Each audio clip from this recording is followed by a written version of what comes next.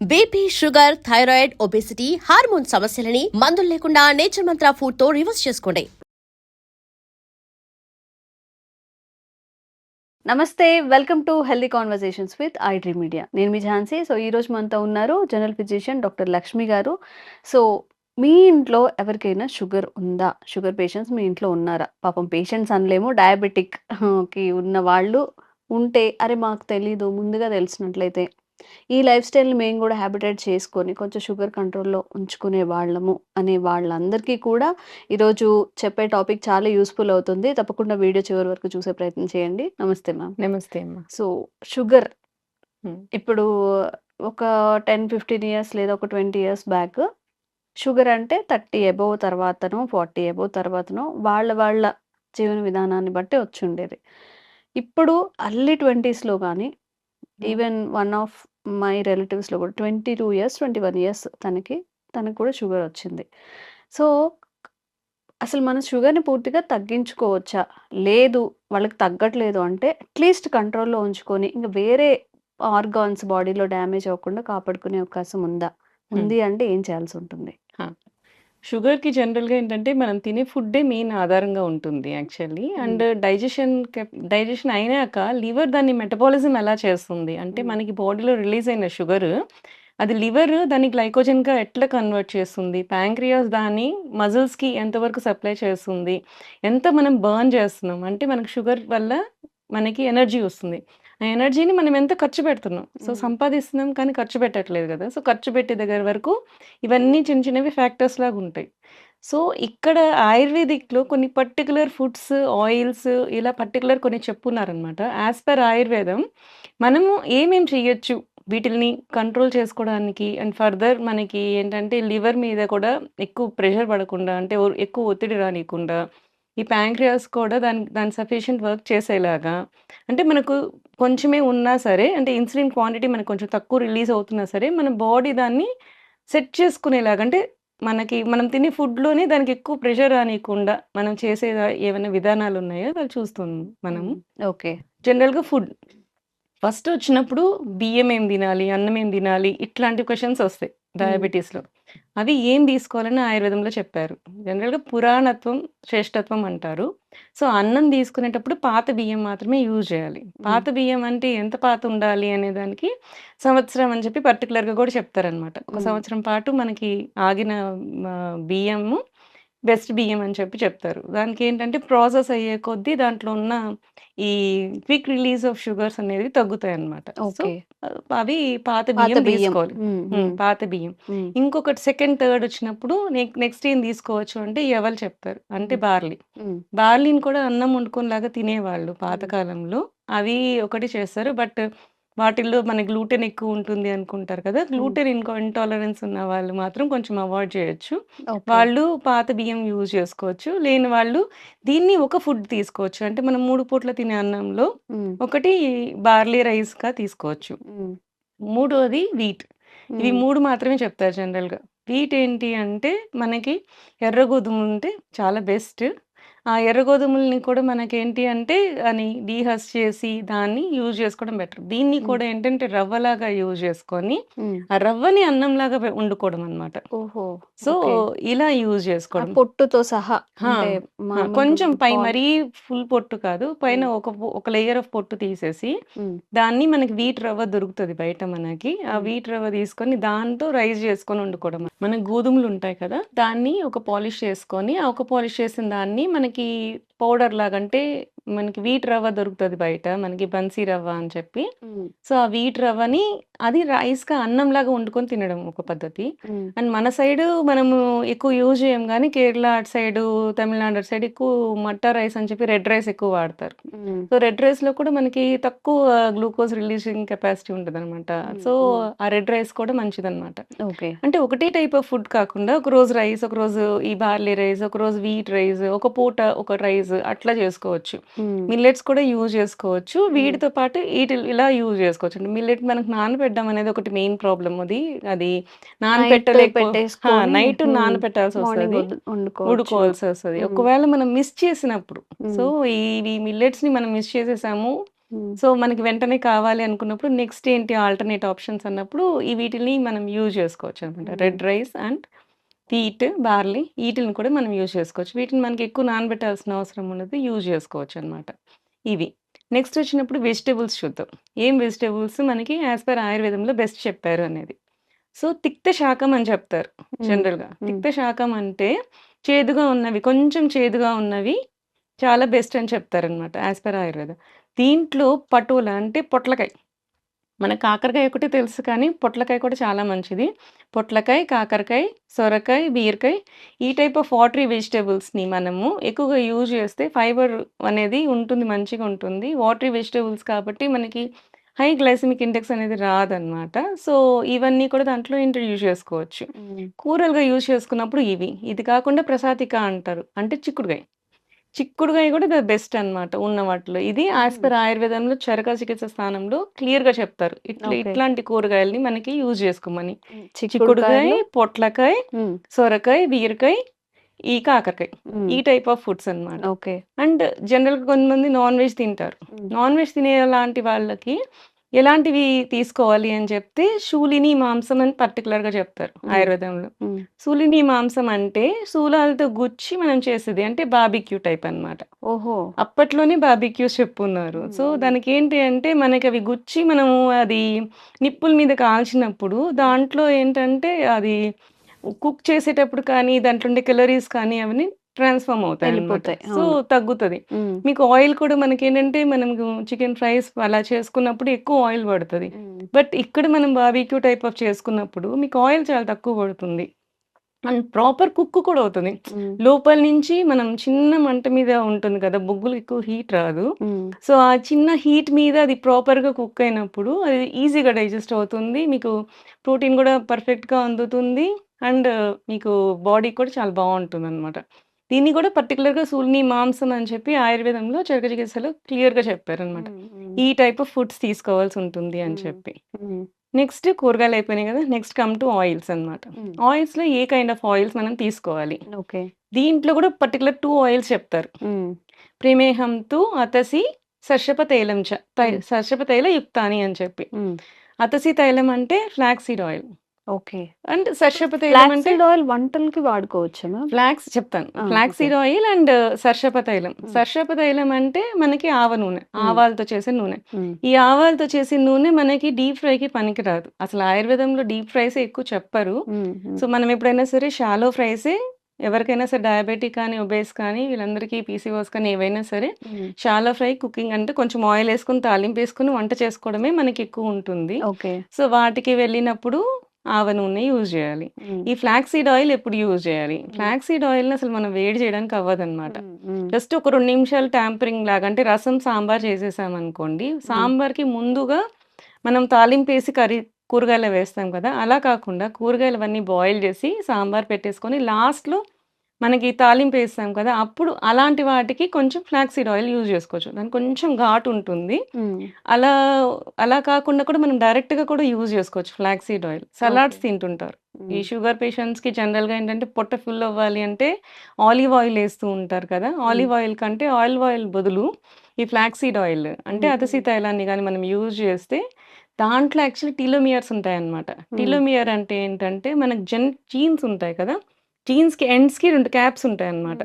ఇట్లా cross X shape jeans ఉంటాయని మనం చూస్తాం కదా! దాని కింద ఉండే క్యాప్స్‌ని టీలోమియర్ అంటారన్నమాట. వాటిల్ని రక్షించేది అంటే కొంచెం ఏజ్ వచ్చే కొద్దీ అవి ఊడిపోతూ ఉంటాయి. సో, ఊడిపోయే కొద్దీ మనకి ఏజింగ్ వస్తూ ఉంటుందన్నమాట. ఈ బైండింగ్ కెపాసిటీని మనం పెంచేది ఏంటి అంటే టీలోమియర్స్ అంటారు. సో, ఇవి ఎక్కువ ఉంటుంది ఫ్లాక్స్ సీడ్స్‌కి. అందుకే ఫ్లాక్స్ సీడ్స్ అంత ఇంపార్టెన్స్ ఉందన్నమాట. సో, అట్లాంటి సలాడ్స్‌కి వాటికి ఎదసీ తైలం యూజ్ చేస్తే మనకేంటంటే ఏజనింగ్ వల్ల వచ్చే డయాబెటిస్ కూడా తగ్గుతుందన్నమాట. ఓకే. అంటే ఫర్దర్ రానీకుండా చేస్తుంది. మన ఫుడ్‌లో ఇలాంటి ఆయిల్స్ మనం ఇంట్రొడ్యూస్ చేసుకుంటే మంచిది. జనరల్‌గా ఏంటంటే వేడి చేస్తది కదా! అని చెప్పి అంటారు. ఈ ఆవ నూనె కూడా వేడి చేస్తది. ఇది కూడా వేడి ఉంటుంది. వేడి ఉంటేనే బాడీలో మెటబాలిజం ఎక్కువ ఉంటుంది. సో, కొంతమందికి ఎవరికైతే వేడి తత్వం ఉందో వాళ్ళు జనరల్‌గా ఇట్లాంటి ఆయిల్స్ యూజ్ చేసినా సరే మజ్జిగని మనము ఇంట్రడ్యూస్ చేసుకున్నా, బార్లీ జావని ఇంట్రడ్యూస్ చేసుకున్నా కానీ, అంటే హ్మ్. మధ్యలో అవి వాడుతూ ఉంటే, ఆ వేడి శాతం అనేది తగ్గుతుందనమాట. ఓకే. ఓకే. సో, ఇట్లా హ్మ్. మనకేంది అంటే, మన బాడీ తత్వాన్ని బట్టి ఒకవేళ మనకిది వాడుతుంటే ఈ ప్రాబ్లమ్స్ వస్తున్నాయి అనుకున్నప్పుడు, దాన్ని కాంపెన్సేట్ చేసుకుంటా పోవాలి అనమాట. ఓకే. ఓకే. నెక్స్ట్ వచ్చినప్పటికి ఎక్సర్సైజ్. హ్మ్. ఎక్సర్సైజ్ జనరల్‌గా ఏం అది చేస్తుంటారు? మాత్రం చెప్పొద్దంటారు మన వాళ్ళు. ఎక్సర్సైజ్ జనరల్‌గా అంటే అందరికి హ్మ్. ఈ మధ్య బాగా ఉంది. హ్మ్. స్మార్ట్ వాచ్ పెట్టుకొని మరీ చేస్తున్నారు. హ్మ్. ఇప్పుడసలు మనం చెప్పక్కర్లేదు, కొంతమంది చేసేస్తున్నారు కూడా. హ్మ్. హ్మ్. సో, అట్లాంటి వాళ్ళకి ఏందంటే ఒక యాస్ పర్ ఆయుర్వేద ఏం చెప్తారు అంటే, ఒకటే రకం వ్యాయామము రోజు చేయొద్దు అని అంటారు. హ్మ్. జనరల్‌గా వ్యాయామ యోగై వివిధైః ప్రయోగైః అంటారు. హ్మ్. అంటే ఒక టైప్ ఆఫ్ వ్యాయామం అంటే రోజు వాకింగ్ చేస్తున్నారా? సో, కొన్ని రోజులు అయ్యేసరికి మీ బాడీ దానికి అలవాటు పడిపోతది. హ్మ్. సో, దాని తర్వాత ఎక్సెస్ క్యాలరీస్ ఏమి అంటే ఎక్కువ బర్న్ అవ్వదనమాట. ఓకే. సో, నెక్స్ట్ ఏంటంటే మనము వేరే టైప్ ఆఫ్ ఎక్సర్సైజ్ చేయాలి. అంటే స్క్వాటింగ్ అంటే గుంజులు తీయడము. హ్మ్. మనం వినాయక చవితి ఫస్ట్ వినాయకుడి దగ్గరికెళ్తే ఫస్ట్ చేసేదే గుంజులు తీయడం. హ్మ్. అది చేస్తే సగం బాడీ పైనుంచి కింద వరకు సెట్ అయిపోతది. హ్మ్. అట్లా. సో, మార్చుకోవాలి. ఇంట్లో కూర్చొని యోగా చేసుకోవడం, ఎక్సర్సైజ్ చేసుకోవడము అట్లా. ప్రాణాయామాలు చేసుకోవడం ఇవి చూసుకోవాలి. హ్మ్. నెక్స్ట్ పాయింట్‌కొచ్చేసరికి స్ట్రెస్. హ్మ్. ఇప్పుడు స్ట్రెస్ వల్ల కూడా డయాబెటిస్ పెరుగుతది. Stress leads to cortisol, cortisol leads to hormonal imbalances. Hmm. జనరల్‌గా అలా వచ్చినప్పుడు కూడా మనకు డయాబెటిస్ వస్తూ ఉంటుంది. సో, హ్మ్. ఇట్లాంటి స్ట్రెస్‌ని మనం కాంపెన్సేట్ చేసుకోవాలి అంటే ధ్యానం చేయడం, మెడిటేట్ చేయడం, ఉన్న అవర్స్‌లోనే ఈవినింగ్ మన టైం కుదుర్చుకొని మరి చేసుకోవడం అన్నమాట. ఇట్లాంటివి చేస్తూ మనము షుగర్‌ని కంప్లీట్‌గా కంట్రోల్‌లో పెట్టుకోవచ్చు. ఓకే. సో సో, మ్యామ్ జనరల్‌గా మనం ఎంత చేసినా గాని అంటే ఒక ప్రశాంతంగా బాడీ రిలాక్సేషన్ అవ్వడం ఇది కూడా ఇంపార్టెంటే కదా! అవును. సో, దానికి రిలేటెడ్‌గా ఏదైనా స్లీప్ ఉంటుందా? కూడా చాలా ఇంపార్టెంట్ అండి. హ్మ్. స్లీప్ కూడా సరిగ్గా లేకపోతే మళ్ళీ షుగర్ లెవెల్స్ కూడా డిఫరెన్స్ ఒస్తాయి. అవునా? అవును. హ్మ్. ఖచ్చితంగా ఒస్తాయి. జనరల్‌గా ఏంటంటే మనకి ప్రాపర్ స్లీప్ 8 అవర్స్ ఉండాలి. హ్మ్. సో, నాకు 8 అవర్స్ కుదరట్లేదు. హ్మ్. సో, నాకు 6 అవర్సే కుదురుతుంది అనుకున్న వాళ్ళకి జనరల్‌గా ఒక స్టడీ ఉందన్నమాట. Hmm. So, 1 hour of night sleep is equal to half an hour of morning sleep. హుహు. సో, ఇది ఒక స్టడీ. ఇది హ్మ్. చేసున్నారు. ఇది ప్రూవ్ అయింది. ఒకవేళ మనం నైట్ 6 అవర్సే పడుకోగలుగుతున్నాం. మనకు టైం లేదు అన్నప్పుడు, హ్మ్. అక్కడ 2 అవర్స్ మనం మిస్ చేస్తున్నాం. సో, హ్మ్. ఆ 2 అవర్స్‌కి బదులు 1 అవర్ ఆఫ్ మార్నింగ్ స్లీప్ అన్నమాట. హ్మ్. ఆఫ్టర్‌నూన్. హ్మ్. అది ఎప్పుడు పడుకోవాలి అది కూడా పర్టిక్యులర్‌గా చెప్పారు ఆయుర్వేదంలో. ఎప్పుడు పడుకోవాలి అంటే భోజనానికి ముందు పడుకోవాలి. హ్మ్. మీకు మధ్యాహ్నం నిద్రొస్తది. రోజు మీకు నిద్రపోయే అలవాటుంది అనుకోండి. మధ్యాహ్నం పూట అన్నం తినక ముందే ఒకసారి పడుకోండి. అది రివర్స్ చేస్తారు మన వాళ్ళు. రివర్స్ చేస్తాం కొంచెం మనం. మంచిగా తినేసాక ఆ! కాసేపు పడుకుంటాం. పడుకుందాము అదే. అనుకుంటారు. జనరల్‌గా హ్మ్. మనం ఏదైనా ఇంట్లో ఉండేవాళ్ళైతే హెక్టిక్ వర్క్ అయిపోయినప్పుడు ఒక హ్మ్. క్విక్ న్యాప్ తీసి దాని తర్వాత లేసి భోంచేయండి. అప్పుడు కంటిన్యూషన్ మళ్ళీ భోజనం చేశాక శతపథం గచ్చేత్ అంటారు. హ్మ్. అంటే 100 అడుగులు నడవాలి. అవునా? ఆ! హ్మ్. ప్రతి మీల్ అయిపోయినాక 100 అడుగులు నడిస్తే హ్మ్. అది మన బాడీలో ప్రతిదీ అక్కడ మూవ్‌మెంట్ అనేది ఉంటుందన్నమాట. అచ్చా! So, okay. ఇదంతా కూడా యాస్ పర్ ఆయుర్వేదం చెప్తారు. యోగరత్నాకరం కానీ, చరక చికిత్సలో గానీ, ఇవన్నీ కూడా ఇంత క్లియర్‌గా చెప్తారు. హ్మ్. ఏం తినాలి? ఎలా ఉండాలి? ఎన్ని అవర్స్ పడుకోవాలి అని. ఒకవేళ 7 అవర్సే పడుకున్నాము. నైట్ టైమ్స్ మనకి 7 అవర్స్ స్లీప్ దొరికింది. నెక్స్ట్ రోజు ఎంత పడుకోవచ్చు అంటే హాఫ్ అన్ అవర్ చాలు. హ్మ్. ఎందుకంటే half an hour is equal to 1 hour of night sleep కాబట్టి. Okay. So, 8 hours proper sleep ఉన్న వాళ్ళకి ఆఫ్టర్‌నూన్ నిద్రొచ్చినా సరే try to avoid that one. Hmm. లేసి కొంచెం తిరగండి హ్మ్. జనరల్‌గా. హ్మ్. హ్మ్. అండ్ ఇంకొక పర్టిక్యులర్‌గా కూడా ఒకటి చెప్తారనమాట. నిద్ర మధ్యాహ్నం పోవాలి అనిపించినప్పుడు ఒకవేళ 8 అవర్స్ స్లీప్ అయిపోయింది. హ్మ్. స్టిల్ మీకు నిద్రొస్తుంది ఆఫ్టర్‌నూన్. సో, అది మన బాడీకి ఏమి హార్మ్ చేయకూడదు. బట్ నిద్ర మనం రిలాక్స్ అవ్వాలి అంటే ఏం చేయాలంటే చైర్‌లో కూర్చొని పడుకోమంటారు. హ్మ్. హ్మ్. జనరల్‌గా. అంటే మనకి పాత కాలంలో వాలు కుర్చీలుండేవి. ఇట్లా వంగి ఉండేవి చూసారా? హ్మ్. హ్మ్. అట్లాంటివన్నమాట. రిలాక్స్ అయ్యి జస్ట్ పడుకోవడం. అంటే హ్మ్. స్ట్రెయిట్‌గా బాడీని పడుకోబెట్టకుండా రిలాక్స్ అయ్యి పడుకోవడం. హ్మ్. జనరల్‌గా ఏంటంటే తిన్న వెంటనే పడుకుంటారు చాలామంది. దానివల్ల ఏంటంటే గ్యాస్ట్రిక్ రిఫ్లెక్సెస్ వస్తుంటాయి. హ్మ్. సో, ఫుడ్ అంతా పైకి రావడము, పైపింగ్ దీనికి యాక్చువల్‌గా మనకి స్ఫింక్టర్ ఉండదు. హ్మ్. స్టమక్ నుంచి ఇంటెస్టైన్‌కి స్ఫింక్టర్ ఉంటది. సో, మనం తిన్నది వెంటనే కిందకి వెళ్ళిపోదనమాట. ఆగుతది, ఆపుతది. హ్మ్. తర్వాత డైజెస్ట్ అయ్యి కిందకెళ్తది. కానీ ఈసోఫాగస్‌కి స్ఫింక్టర్ ఉండదు. హ్మ్. హ్మ్. దానివల్ల ఏంటంటే నువ్వు కొంచెం ఎక్కువ తిన్నా గాని పైకొచ్చేసే అవకాశాలుంటాయన్నమాట. ఓకే. సో, అందుకని తిన్న వెంటనే మనకి జనరల్‌గా పడుకోవడం అనేది మంచిది కాదు. సో, హ్మ్. ఇట్లాంటి వాటికి ఎలా చేయాలి అనేది పర్టిక్యులర్‌గా ఈ విధంగా చేయాలి అని కూడా క్లియర్‌గా ఆయుర్వేదిక్‌లో చెప్పారండి. ఓకే. సో, ఇది నాట్ ఓన్లీ ఫర్ షుగర్ కాదు కదా అవును. మేడం. అందరికీ జనరల్‌గా వర్తించేది. అందరికీ అసలు వర్తిస్తుంది. మనం ఎలా తినాలి? హ్మ్. ఏం చెయ్యాలి ఒక అంటే డేలో? ఫుడ్ అనేది మాత్రం హ్మ్. పర్టిక్యులర్ ప్రమేహం గురించి చెప్పానండి. ఇవాళ ఓకే. షుగర్ గురించి షుగర్ ఫుడ్స్ కానీ, ఆయిల్స్ కానీ హ్మ్. ఇది అందరికీ కాదనమాట. ఓకే. ఇది ఓకే. ఓన్లీ షుగర్ పేషెంట్స్‌కి you can add on to హ్మ్. డయాబెటిక్ కాకపోయినా ఒబేసిటీ వాళ్ళకి కూడా కొంచెం హ్మ్. ఇలాంటి ఆయిల్స్, ఇట్లాంటి ఫుడ్స్ మళ్ళీ ఇంట్రొడ్యూస్ చేసుకోవచ్చు. ఓకే. బట్ ఇన్ జనరల్ వాళ్ళకి ఇవన్నీ అంటే ఓన్లీ అంటే మీన్స్ ఎనర్జీ వచ్చే ఫుడ్స్ కాదు. ఎక్కువ ఎనర్జీ రావు కాబట్టి ఇవి అందరికీ కాదు. హ్మ్. ఈ ఫుడ్ కానీ, ఈ పర్టిక్యులర్ ఆయిల్ ఎక్సైజ్ అవన్నీ అందరూ పాటించొచ్చు. Food okay. అండ్ ఆయిల్ మాత్రం ఎక్స్‌క్లూజివ్ ఫర్ డయాబెటిక్స్ అనుకోవచ్చు. ఓకే. ఓకే. సో, డయాబెటిక్ పేషెంట్స్‌కి చెప్పినదంతా డయాబెటిక్ పేషెంట్స్ పాటించండి. మిగతా వాళ్ళు గూడా మనం తినేసి అలా కూర్చోవడం, లేదా తిన్న వెంటనే పడుకోవడం, మధ్యాహ్నమైనా, నైట్ అయినా అలా చేస్తూ ఉంటాం కదా! అట్‌లీస్ట్ ఒక 10 నిమిషాలు, అట్‌లీస్ట్ 15 నిమిషాలన్నా నడవడానికి కేటాయించండి. ఆ టైం మనం ఏమీ చేయము. జస్ట్ స్క్రోల్ చేసుకుంటూను, టీవీ చేస్తూనే ఉంటాం తప్ప, మన ఆరోగ్యం కోసం కూడా కొంచెం ఆలోచించి, సో, ఈ విధానాలు పాటిస్తే మనం ఇంకొంచెం హెల్తీగా ఉండే అవకాశం ఉంటుంది. అండ్ ఇలాంటి బోలెడన్ని అవేర్‌నెస్ కల్పించే హెల్త్ వీడియోస్ మనం త్రూ చేస్తాం. అసలిది నిజమే అంటారా? వైరస్‌తో, బాక్టీరియాతో క్యాన్సర్ వచ్చే అవకాశం ఉంటుందా? అవునమ్మా. ఉంటుంది. ఉంటుందా? ఉంటుంది. ఉంటుందా? యాహ్! ఓహ్! సో, మనకి ఈసోఫాగస్ అంటే నోట్లో వచ్చే క్యాన్సర్స్ దగ్గర నుంచి యానోరెక్టల్ క్యాన్సర్స్ వరకు సో, అన్ని దగ్గరలో కూడా బాక్టీరియా ఇన్వాల్వ్ అయ్యిందని చెప్పి రీసెంట్ స్టడీస్ అన్నీ బయట తీస్తున్నారు యాక్చువల్లీ. స్టార్టింగ్‌లో జెనెటిక్ ఫ్యాక్టర్స్ లేకపోతే హ్మ్. రిపీటెడ్ కరోసిస్ మనం హ్మ్. చేసే అలవాట్లే మెయిన్ కారణంగా చెప్తూ ఉంటారు. యెస్. యెస్. బట్ ఇలాగ చేస్తూ కూడా కొంతమందికి రోగాలు రావట్లేదు. అంటే స్మోకింగ్ ఉన్నమ్మా నేను స్మోక్ చేస్తాను నాకెందుకు రాలేదురా నీకెందుకొచ్చింది అని.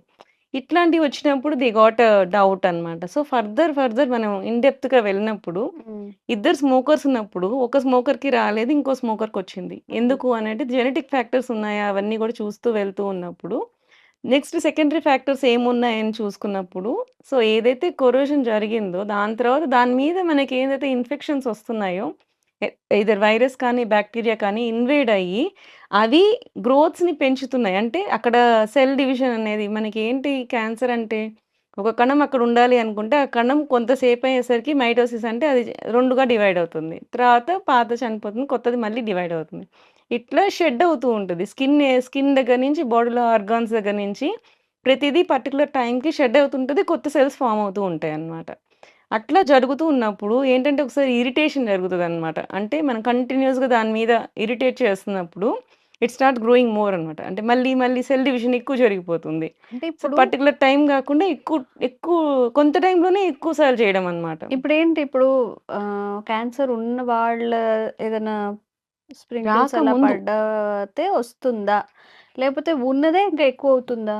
రాకముందే అన్నమాట. హ్మ్. రాకముందు జరుగుతున్న మెకానిజం. హ్మ్. బాడీలో ఎందుకు అసలు క్యాన్సర్ ఫార్మ్ అయితుంది? హ్మ్. హ్మ్. ఎందుకు ఫార్మ్ అయితుంది? ఎక్కడైనా సరే ఒక బాడీలో ఒక క్యాన్సర్ ఫార్మ్ అయితుందంటే ఖచ్చితంగా అక్కడ ఇన్‌ఫ్లమేషన్ జరగాలి. హ్మ్. అంటే నువ్వేదో తప్పు చెయ్యాలక్కడ. తప్పు చేయకపోతే మన బాడీ ఆర్గాన్ దాని పని అది చేసుకుంటూ పోతది. హ్మ్. దానికి నువ్వు ఇరిటేట్ చేసావు. ఏదో హ్మ్. రకంగా. అంటే ఇప్పుడు కడుపులో క్యాన్సరొచ్చింది. ఏం చేసావు నువ్వు? కంటిన్యూయస్‌గా మసాలాలు తింటున్నావు, ఇర్రెగ్యులర్ ఫుడ్ తింటున్నావు, టైంకి తినట్లేదు. ఇట్లాంటివి చేసినప్పుడు మన గ్యాస్ట్రిక్ మ్యూకోసా ఒకటుంటది. హ్మ్. అది మన ప్రొటెక్టివ్ లేయర్ అన్నమాట. ఆ లేయర్ దెబ్బతింటది. హ్మ్. దెబ్బతిన్నప్పుడు అక్కడేంటంటే బాక్టీరియల్ ఇన్ఫెక్షన్స్ వచ్చే అవకాశాలుంటదంట. హ్మ్. హ్మ్. ఎప్స్టీన్ బార్ వైరస్ అని ఉంటది. హ్మ్. అదొకటి. హెలికోబాక్టర్ పైలోరి అనేది బాక్టీరియా. ఇది వైరస్, అది బాక్టీరియా. హ్మ్. ఇయన్నీ ఏం చేస్తాయంటే ఇన్వేడ్ చేస్తాయి. హ్మ్. ఆ టైంలో మనకి ఇమ్యూనిటీ తక్కువుంటది. హ్మ్. జనరల్‌గా మనకి ఏ ఇన్ఫెక్షన్ వచ్చినా సరే మన బాడీ ప్రొటెక్టివ్ సెల్స్ ఉంటాయి. లైక్ టీ సెల్స్ అన్నమాట. డబ్ల్యూబీసీ సెల్స్, టీ సెల్స్ ఇవుంటాయి. హ్మ్. ఇవేం చేస్తాయి? వైరస్ రాని, బాక్టీరియా రాని నువ్వు మందులేసుకోకపోయినా కానీ వాటికి ఫైటింగ్ కెపాసిటీ ఉంటుంది. అవి చంపేస్తాయి. అవి చంపేసి మన బాడీని ప్రొటెక్ట్ చేస్తాయి. ఆ ప్రొటెక్ట్ చేసినప్పుడు మనం ఏం చేయాలి? ఓకే. మనం ఇంకోసారి ఇలాంటివి తినకుండా ఉండి జాగ్రత్తగా ఉన్నారనుకోండి. సో, అది మళ్ళీ దానికది రికవర్ అయితది. Heal okay. అవుతది. ఓకే. సో, అలా చేయలేదు. హ్మ్. మళ్ళీ అదే పనిగా దాన్ని మళ్ళీ ఇరిటేట్ చేస్తూ ఉన్నాం. సో, హ్మ్. కొంత టైంకి ఈ టీ సెల్స్ అవన్నీ కూడా వెక్స్ అయిపోతాయి. సో, హ్మ్. వెక్స్ అయిపోయినప్పుడు ఆ పని ఆగిపోయినప్పుడు ఇక్కడ బాక్టీరియాలు ఏదైతే ఇన్వేడ్ అయ్యి ఉన్నాయో హ్మ్. బాక్టీరియా కానీ, వైరస్ కానీ హ్మ్. అవి దే స్టార్ట్ గ్రోయింగ్ ద సెల్‌ని ఇరిటేట్ చేయడం స్టార్ట్ చేస్తాయి. సో, అది హీల్ చేసుకోవడానికి ట్రై చేసే టైంలో హ్మ్. అది ఎక్కువ రియాక్ట్ అవుతది సెల్. ఎక్కువ రియాక్ట్ అయినప్పుడు దాని మీద ఒక 2 సెల్స్ ఫార్మ్ అవ్వాల్సింది 3, 4, 5 అట్లా ఎక్కువగా ఫార్మ్ అయిపోతుంది. దట్ హ్మ్. లీడ్స్ టు క్యాన్సర్స్ అన్నమాట. ఓకే. ఓకే. జనరల్‌గా ఎక్కడైనా సరే ఇట్లాంటి మెకానిజమే జరుగుతూ ఉంటుంది. మ్యామ్ ఇప్పుడు మనం టీ సెల్స్ గురించి మాట్లాడుకున్నాం కదా! ఇప్పుడు ఇంటర్మిటెంట్ ఫాస్టింగ్ అని చెప్పి ఒక 16 అవర్స్ ఫాస్ట్ చేస్తున్నప్పుడు టీ హ్మ్. సెల్స్ ఫార్మ్ అవుతాయి హ్మ్. అని చెప్తున్నారు. బట్ కొంతమంది ఏం చెప్తున్నారంటే అసలు బాడీని అంతా స్టార్వింగ్‌తో ఉంచినప్పుడు అది అల్టిమేట్‌గా మన బాడీ మీద ఎఫెక్ట్ ఆ! చూపిస్తుంది. జుట్టు ఊడిపోతుంది, సమ్ ఎగ్జాక్ట్‌లీ. ఇష్యూస్ వస్తాయి. మనం వీక్ అవుతాము అని చెప్పి. మరి ఈ 2 వాదనలు ఏది కరెక్ట్? నేను ఏది చెప్తా. పాటించొచ్చు? పర్ఫెక్ట్‌గా చెప్తా. హ్మ్. అతి సర్వత్ర వర్జేత్. హ్మ్. అసలు చేయకపోవడం కూడా తప్పే. ఓకే. అసలు చేయకపోవడం, అతి చేయడం 2 తప్పే. హ్మ్. ఆ తప్పే, అతి తప్పే. అసలు అది చాలా మంది చేస్తున్న తప్పే అది. ఫాస్టింగ్ చేయమంటారు. హ్మ్. కానీ నీకు 36 అవర్స్ చెయ్యి, 48 అవర్స్ చెయ్యి, 40 రోజులు చెయ్యి, 20 రోజులు చెయ్యి ఇలా ఎక్కడ చెప్పలేదు. హ్మ్. యాక్చువల్లీ లంఘనం పరమౌషధం. ఈ మాట చెప్పి లంఘనం అంటే ఫాస్టింగ్ అని చెప్పేస్తారు. హ్మ్. లంఘనం అంటే పర్టిక్యులర్ అర్థం ఏంటంటే హ్మ్. లఘు ఆహార భోజనమితి లంఘనం. అంటే? లఘు ఆహార భోజనమితి లంఘనం. అంటే మనకి ఈజీగా డైజెస్ట్ అయ్యే ఫుడ్స్ తినేదాన్ని లంఘనం అంటారు. అంటే అస్సలు అచ్చా! తినకుండా కంప్లీట్‌గా ఫాస్ట్ చేయండి అంటే, అసలు ఏమి తినకుండా ఉండమని చెప్పి అసలు ఆయుర్వేదంలో చెప్పనే చెప్పరండి. హ్మ్. లంఘనం చేయమని చెప్పినప్పుడు లఘు ఆహార భోజనం తినమంటారు గానీ, అసలేం తినొద్దు, కడుపు మొత్తం ఖాళీగా ఉంచుకోండి అనైతే ఎక్కడ చెప్పరు. హ్మ్. సో, ఇది ఏంటి అంటే రకరకాలుగా బయట వేరుగా మాట్లాడుతున్నారు కానీ, దీనికి అసలు ఆయుర్వేదంలో చెప్పిన దానికి సంబంధం లేదు. జనరల్‌గా ఏంటి అంటే ఫాస్టింగ్ చేసినప్పుడు మనకి జనరల్‌గా పాలు, పళ్ళు తినమంటారు. హ్మ్. ఈవెన్ శివరాత్రి మనం జాగారం, పూజలు ఏవి చేసినా సరే పాలు, పళ్ళు అనేది ఎక్స్‌క్లూజివ్‌గా తీసుకోవచ్చనే చెప్తారు. హ్మ్. ప్రసాదం తీసుకోవచ్చు, పాలు, పళ్ళు తీసుకోవచ్చు, కొబ్బరి నీళ్ళు తాగొచ్చు ఇట్లాంటివి. హ్మ్. కంప్లీట్ ఫాస్టింగ్ అనేది ఎక్కడ మనకి మన పురాణాల వాటిల్లో కూడా ఎక్కడ చెప్పలేదు. మనకి టెక్స్ట్ బుక్స్‌లో కూడా ఆయుర్వేదంలో కూడా ఎక్కడ చెప్పలేదు. సో, హ్మ్. మనం ఏంటంటే అలాంటి టైంలో స్పైసీ ఫుడ్ తీసుకోవడం కానీ, అట్లాంటివి మనము ఆ రోజైనా సరే అవాయిడ్ చేస్తే పొట్ట దానికది హీల్ చేసుకోవడానికి ట్రై చేస్తది ముందు. ఓకే. ఓకే. సో, నువ్వు కంటిన్యూయస్‌గా నీకు వర్క్ ఇస్తానే ఉన్నారు. సండే హ్మ్. కూడా హాలిడే లేదు. ఫ్రైడే కూడా హాలిడే లేదు. నీకు కొన్ని రోజులకి ఇరిటేషన్ వస్తది కదా! వస్తది. కొంచెం గ్యాప్ గ్యాప్ ఇవ్వాలి. తీసుకోవాలనిపిస్తది. హ్మ్. అనిపిస్తుంది కదా! హ్మ్. వీక్లీ వన్స్ అన్నా ఉండాలి అని నీకు బాడీకి అనిపించినప్పుడు, నీ పొట్టకు కూడా వీక్లీ వన్స్ అన్నా కొంచెం గ్యాప్ ఇవ్వాలి కదా! హ్మ్. హ్మ్. సో, అలా ఇంట్రొడ్యూస్ చేసిందే మనకు ఉపవాసాలు కానీ, హ్మ్. ఫాస్టింగ్ కానీ. హ్మ్. సో, ఆ టైంలో ఏంటంటే దాన్ని కొంచెం హీల్ చేయాలి. దానికి కూడా అప్పుడు కూడా యాసిడ్ రిలీజ్ చేస్తది కదా! హ్మ్. సో, ఆ యాసిడ్‌ని కాంపెన్సేట్ చేయాలి. అంటే కొంచెం సూద్ చేయాలి. హ్మ్. ఆ సూద్ చేసేలాగా ఉండేవి ఏంటి అంటే పాలు, కొబ్బరి నీళ్ళు. హ్మ్. హ్మ్. జనరల్‌గా అందుకే మనం కొబ్బరికాయ కొట్టి ప్రసాదాలు తీసుకునేటప్పుడు గాని, ఏం చేసినా సరే మనం కొబ్బరి నీళ్ళు తీసుకుంటూ ఉంటాం. లేకపోతే పాలు తాగుతూ ఉంటాం. అభిషేకాలు చేసిన పాలు కానీ, హ్మ్. ఫ్రూట్స్ కానీ తింటూ ఉంటాం. హ్మ్. ఇట్లాంటివి చేసినట్టు ఏంటంటే దీంట్లో కొంచెం మనకి మ్యూకస్ రిలీజింగ్ థింగ్స్ వస్తాయి. హ్మ్. సో, మనకేంటంటే సూదన అవుతది జనరల్‌గా పొట్ట అనేది. ఇప్పుడు బనానాస్ తింటుంటాం హ్మ్. జనరల్‌గా. హ్మ్. బనానా కూడా ఏంటంటే లేయర్ ఫార్మ్ అయితది. స్మూతనింగ్ అవుతదనమాట. ఓకే. సో, ఇట్లాంటివి ఇంట్రొడ్యూస్ చేసుకోవాలి ఫాస్టింగ్‌లో కానీ, అసలు ఏమీ తినకుండా ఉండడం అనేది చాలా తప్పు.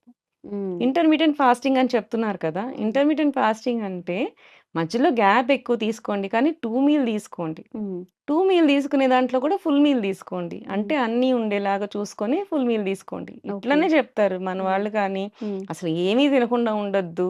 ఈరోజు తినది నెక్స్ట్ రోజు పొద్దునకి అసలు ఎంగిలి కూడా తినొద్దు అని కూడా ఈవెన్ కొన్ని పండగల్లో మార్నింగ్ అంతా ఫాస్ట్ చేసి నైట్ తింటారు. హ్మ్. అస్సలు ఏమీ తినకూడదు అని చెప్పి ఏ దగ్గర లేదు. హ్మ్. ఎక్కడా లేదు. హ్మ్. హ్మ్. ఇది కొత్తగా ఇంట్రొడ్యూస్ చేసుకొని చెప్పుకున్నది. ఓకే. ఓకే. అండ్ ఇది మనకి హ్మ్. ఇప్పుడు వైరసెస్, బాక్టీరియాస్ గురించి మాట్లాడుకుంటున్నాం యెస్. కదా! యెస్. సో, మనకి పొట్ట దగ్గర నుంచి కింద వరకు వచ్చే క్యాన్సర్స్‌లో ఏ ఏ వైరస్, ఏ ఏ బాక్టీరియాస్ ఇన్వాల్వ్ అయ్యాయో మనం చూసుకుందాం. హ్మ్. జనరల్‌గా నోటి క్యాన్సర్స్ వస్తూ ఉంటాయి కొంతమందికి. హ్మ్. ఓరల్ క్యాన్సర్స్, టంగ్ క్యాన్సర్స్ ఇట్లాంటివి ఓరల్ క్యాన్సర్స్ అవన్నీ వస్తూ ఉంటాయి. హ్మ్. ఇది ఏంటి అంటే మనకి హెచ్‌పివి వైరసెస్ వస్తూ ఉంటాయి. ఈ మధ్య హెచ్‌పివి కూడా వ్యాక్సిన్స్ వచ్చినాయి. సర్వైకల్ క్యాన్సర్, హ్యూమన్ హ్మ్. పాపిల్లోమా వైరసెస్ ఉంటాయి కదా! హ్మ్. హ్మ్. పాపిల్లోమాస్ అంటే ఎక్సెసివ్ గ్రోత్స్ అన్నమాట. ఇలా పొడుగు పొడుగ్గా ఫార్మ్ అయితాయి. పాపిల్లోమాస్ అన్నమాట. హ్మ్. హ్మ్. స్క్వామస్ చూడడానికి స్కిన్ లాగే ఉంటుంది. బట్ ఎక్సెస్ ఫార్మ్ అయితాయి. అంటే టంగ్ ఉందనుకోండి, టంగ్ లాగే కలర్ అలానే ఉంటది మ్యూకస్ టైప్‌లోనే. బట్ బుడిపెలు లాగా ఎక్కువ వస్తూ ఉంటాయి. దాన్ని ఓకే. పాపిల్లోమాస్ అంటారన్నమాట. హ్మ్. హ్మ్. ఇట్లాంటివి సర్విక్స్‌లో కానీ, ఓరల్‌లో కానీ ఇట్లా రావడం. హ్మ్. వీటికి జనరల్‌గా ఇప్పుడు రీసెంట్‌గా వస్తున్న క్యాన్సర్స్ అన్నీ చాలా వరకు అబ్జర్వ్ చేసిందేంటంటే, ఈ వైరస్ ఒకటి కారణం అన్నప్పుడు, ఈ వైరస్‌తో పాటు సెక్షువల్ ట్రాన్స్‌మిషన్స్ కూడా మెయిన్ కారణం. హ్మ్. ఈ ఓరల్ సెక్స్ చేసేవాళ్ళు వీళ్ళకి కూడా ఎక్కువ ఇలాంటి క్యాన్సర్స్ వచ్చే అవకాశాలు ఉంటాయన్నమాట. ఓకే. సో, ఈ హెచ్‌పివి వైరస్ కూడా ఇప్పుడు వ్యాక్సిన్స్ వచ్చున్నాయి. సో, ఇట్లాంటి వ్యాక్సిన్స్ అనేది మనం యూజ్ జేసుకోవాలి. హ్మ్. నెక్స్ట్ వచ్చినప్పుడు అక్కడ హెచ్‌పివి వైరస్ ఉంది కదా! వైరస్ కూడా లీడ్స్ టు క్యాన్సర్ అన్నమాట అక్కడ. Oh! Oh! So, next comes to stomach. Hmm. Stomach క్యాన్సర్స్‌కి ఎప్స్టీన్ బార్ వైరస్ అనేదొకటి. ఇంకొకటి హెలికోబాక్టర్ పైలోరీ అనేది. ఈ హ్మ్. హెలికోబాక్టర్ పైలోరీ అనేదేంటంటే మనకి అల్సర్స్ ఫార్మ్ చేస్తది. హుహు. సో, ఈ స్టమక్ అల్సర్స్ వస్తుంటాయి. గ్యాస్ట్రిక్ అల్సర్, పెప్టిక్ అల్సర్ ఇట్లాంటివి వస్తున్నాయని చెప్పి అంటారు కదా! హ్మ్. జనరల్‌గా బయట ఎక్కువ ఫుడ్ తీసుకునే వాళ్ళు అంత హైజీనిక్‌గా ఉండదు. అండ్ హ్మ్. ఆరిపోతుంది. అందుకే వేడి వేడిగా అన్నం తినాలి అంటారు. హ్మ్. సో, వేడిగా అన్నం తిన్నప్పుడు ఏంటంటే ఆ హీట్‌కి జనరల్‌గా వైరస్, బ్యాక్టీరియాలో ఉన్న కిల్ అయిపోతుంది. మనం ఎప్పుడైతే చల్లారిపోయిన ఫుడ్ కానీ, స్టేల్ ఫుడ్ కానీ తీసుకున్నప్పుడు హ్మ్. తొందరగా వాటి మీద బ్యాక్టీరియా కానీ, వైరస్ కానీ వచ్చే ఓకే. అవకాశాలుంటాయి. ఉంటాయి. హ్మ్. అందుకని మన పెద్దవాళ్ళు ఎప్పుడు చూసినా వేడి వేడిగానే అన్నం తినండి అని చెప్పి చెప్తూ ఉంటారు. హ్మ్. సో, హ్మ్. ఇలాంటి టైంలో మనకొచ్చే ఇన్ఫెక్షన్స్ ఏంటంటే హెలికోబాక్టర్ హ్మ్. బైలోరీ అని చెప్పి ఇవి. హ్మ్. ఇది స్టమక్ క్యాన్సర్స్‌ని కలిగించే అవకాశాలుంటాయన్నమాట. హ్మ్. హ్మ్. ఈ నెక్స్ట్‌కొచ్చినప్పుడు ఈ మధ్య మనం చిరంజీవి గారికి కొలోరెక్టల్ క్యాన్సర్స్ వచ్చినియి అని చెప్పి ఆయన చెప్పుకున్నారు హ్మ్. చూసాం హ్మ్. కదా! యెస్. యెస్. జనరల్‌గా ఈ కొలోరెక్టల్ క్యాన్సర్‌కి కూడా కొన్ని బాక్టీరియాస్ ఉంటాయన్నమాట. హ్మ్. ఫ్యూసిబేరం అని చెప్పి ఒక బాక్టీరియా ఉంటది. హ్మ్. సో, ఈ యొక్క ఇన్ఫెక్షన్స్ వల్ల కూడా కొలోరెక్టల్ క్యాన్సర్స్ వస్తాయన్నమాట. ఇవి హ్మ్. కూడా పాపిల్లోమాస్ లాగా ఫార్మ్ అయితాయి. బుడిపెలు వస్తుంటాయి కోలన్‌లో అన్నమాట. హ్మ్.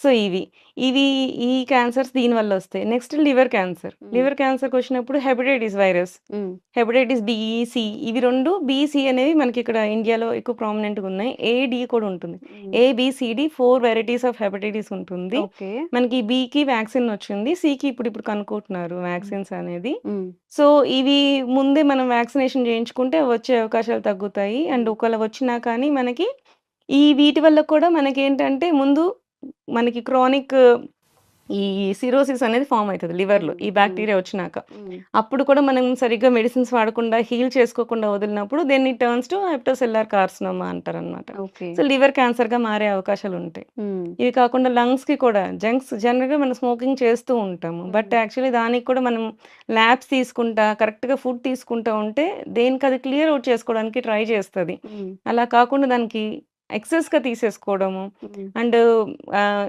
క్లియర్‌గా అంటే మంచిది కానివి తీసుకుంటూ ఉంటారు సంథింగ్. అంటే ఇప్పుడు చేసే విధానంలో కూడా ఇప్పుడు సిగరెట్స్ చేసేవి కూడా హ్మ్. అండ్ అడల్టరేట్ అవి కూడా ఉంటాయి కదా హ్మ్. కొంచెం. హ్మ్. అలా ఏమన్నా చేంజెస్ వచ్చినప్పుడు ఇరిటెంట్స్ కానీ ఏమన్నా ఉన్నప్పుడు హ్మ్. వీళ్ళకి ఎక్కువ క్యాన్సర్స్ వచ్చే అవకాశాలుంటాయి. వీటిని ఓకే. కూడా అంతే. హ్మ్. ఒకసారి ఇన్వేడ్ అయ్యాక దాని మీద ఇరిటేషన్ వస్తుంది. దాని హ్మ్. తర్వాత నువ్వు హీల్ చేసుకోనప్పుడు, నీ బాడీలో ఇమ్యూనిటీని పెంచుకోనప్పుడు అక్కడ హ్మ్. మళ్ళీ బాక్టీరియా, వైరస్ ఫార్మ్ అయిపోయి అక్కడ కూడా క్యాన్సర్స్ వచ్చే అవకాశాలుంటాయన్నమాట. ఓహ్ ఈ మై గాడ్! ఓరోఫారింజియల్ క్యాన్సర్స్ కానీ, హ్మ్. ఈ ఫారింగ్స్‌లో క్యాన్సర్స్ కానీ, థ్రోట్‌లో క్యాన్సర్స్ కానీ, లారింగ్స్ అంటారు. అంటే హ్మ్. స్వరపేటిక. హ్మ్. దానికి కూడా క్యాన్సర్స్ వస్తుంటాయి. ఓకే. ఈ క్యాన్సర్స్ అన్నిటికి కూడా జనరల్‌గా ఏంటి అంటే, ఒక ఇరిటెంట్ తర్వాత నుంచి మనం అలాగే కంటిన్యూయస్‌గా దాన్ని ఇరిటేట్ చేస్తూ ఉంటే it starts growing heavy cells. It turns to cancer అన్నమాట. హ్మ్. So, okay. ఏదైనా సరే అందుకని మనకేంటంటే బాడీలో ఇవన్నీ కూడా ఎందుకు జనరల్‌గా ఏంటంటే 60 దాటిన వాళ్ళకి ఎక్కువ క్యాన్సర్స్ ఒస్తాయి కదా! హ్మ్. ఇలా ఎందుకు జరుగుతుంది అంటే మెయిన్‌గా ఏంటంటే ఇమ్యూనిటీ.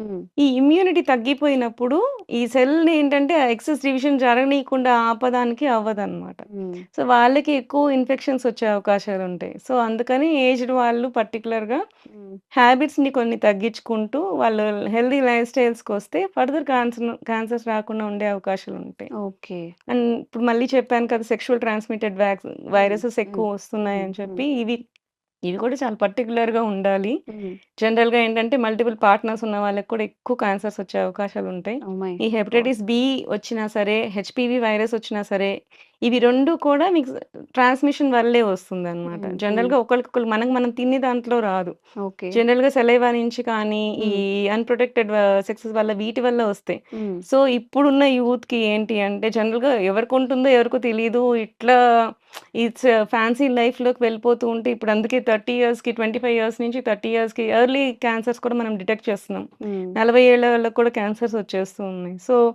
ఇవి కూడా చూసుకోండి. ఓకే. అండ్ సెలైవా నుంచి కూడా క్యాన్సర్స్ మనకి అంటే మీన్స్ వైరసెస్ వచ్చే అవకాశాలుంటాయి. హ్మ్. సార్స్ కోవ్-వి 2 సో, హ్మ్. Covid virus. హ్మ్. ఇవి కూడా ఏంటి సెలైవా వల్ల కూడా వస్తుంది. ఇప్పుడు ఓకే. కొత్త ఫ్యాషన్ ఏంటంటే మండి. ఓ హ్మ్. పెద్ద మండి యేసుకొని అందరూ కూర్చొని తినేస్తూ ఉంటారు. నీ హ్మ్. చేతికేముంది నీ వైరస్ ఉందా? నువ్వు తినే దాంట్లో మళ్ళీ అందులో చేయి పెడతావు. హ్మ్. అది ఇంకొకడు తింటాడు హ్మ్. సంథింగ్. హ్మ్. ఈ మండీ కల్చర్ కూడా మంచిది కాదు. So, okay.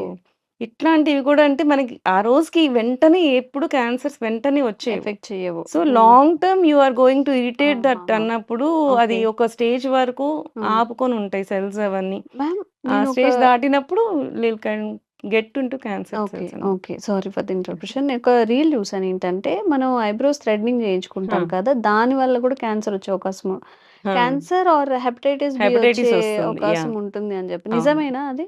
జనరల్‌గా ఏంటంటే ఇన్ఫెక్షన్ వచ్చి నీ బాడీ నుంచి నా బాడీకి రావాలి ఏదైనా హ్మ్. ఇన్ఫెక్షన్ అంటే కొన్ని వైరసెస్ హ్మ్. త్రూ బ్లడ్, త్రూ సలైవా ఇట్లనే ట్రాన్స్‌మిషన్స్ అవుతాయి. హ్మ్. Through touch something. అంటే అది అనేది ఆ పర్టిక్యులర్ దాంట్లో ఉండాలి. హ్మ్. ఇప్పుడు మనం థ్రెడ్డింగ్ చేసుకుంటాం. అక్కడ జనరల్‌గా బ్యూటీ పార్లర్‌లో థ్రెడ్ అక్కడి వరకు తీసేస్తారు జనరల్‌గా. హ్మ్. 90% థ్రెడ్ ఉంచరు నాకు తెలిసి. సో, కొంతమంది ఆ థ్రెడ్‌నే మళ్ళీ వేరే వాళ్ళకి యూజ్ చేస్తుంటారు. హ్మ్. హ్మ్. మనం చేసేవాళ్ళు చేస్తే మీరు అబ్జర్వ్ చేస్తే ఒక్కోసారి కట్ అయిపోతుంది ఇక్కడ మనకి. అవును. అవును. కట్ అయిపోయినప్పుడు ఏమైతది? ఆ బ్లడ్ ఆ థ్రెడ్‌కి అంటుకుంటుంది. హ్మ్.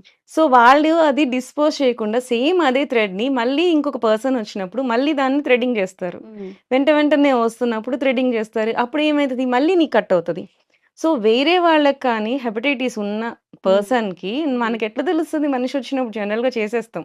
చేసేసినప్పుడు అక్కడ ఆ బ్లడ్ కానీ దానికి అంటుకొనుండి సేమ్ అదే థ్రెడ్‌ని హ్మ్. మనకి మళ్ళీ థ్రెడ్డింగ్ చేసినప్పుడు మనకి కూడా మళ్ళీ కట్టొస్తే ఈ బ్లడ్‌లో ఉన్న వైరస్ అందులోకి ట్రాన్స్‌మిట్ అయ్యే అవకాశాలుంటాయి. హ్మ్. హ్మ్. సో, అలా వచ్చినప్పుడు మనకి క్యాన్సర్స్ వచ్చే అంటే మీన్స్ హెపటైటిస్ వచ్చే అవకాశం ఉంటుందన్నమాట. Okay. So, okay. This is a particular case. So, హ్మ్. మీరెప్పుడైనా సరే థ్రెడ్డింగ్ అలా చేసుకున్నప్పుడు హ్మ్. పర్టిక్యులర్‌గా కొంతవరకు ముందు థ్రెడ్ తీసేసేయండి. కొంత కట్ చేయండి. ఫ్రెష్ థ్రెడ్ నుంచి స్టార్ట్ చేయండి హ్మ్. అని చెప్పి మీరే ఒక half metre thread or 1 metre thread మీరే దగ్గరుండి తీయించేసుకొని నెక్స్ట్ నుంచి స్టార్ట్ చేసుకోండి. ఇట్లాంటి అవకాశాలు రాకుండా ఉంటాయి.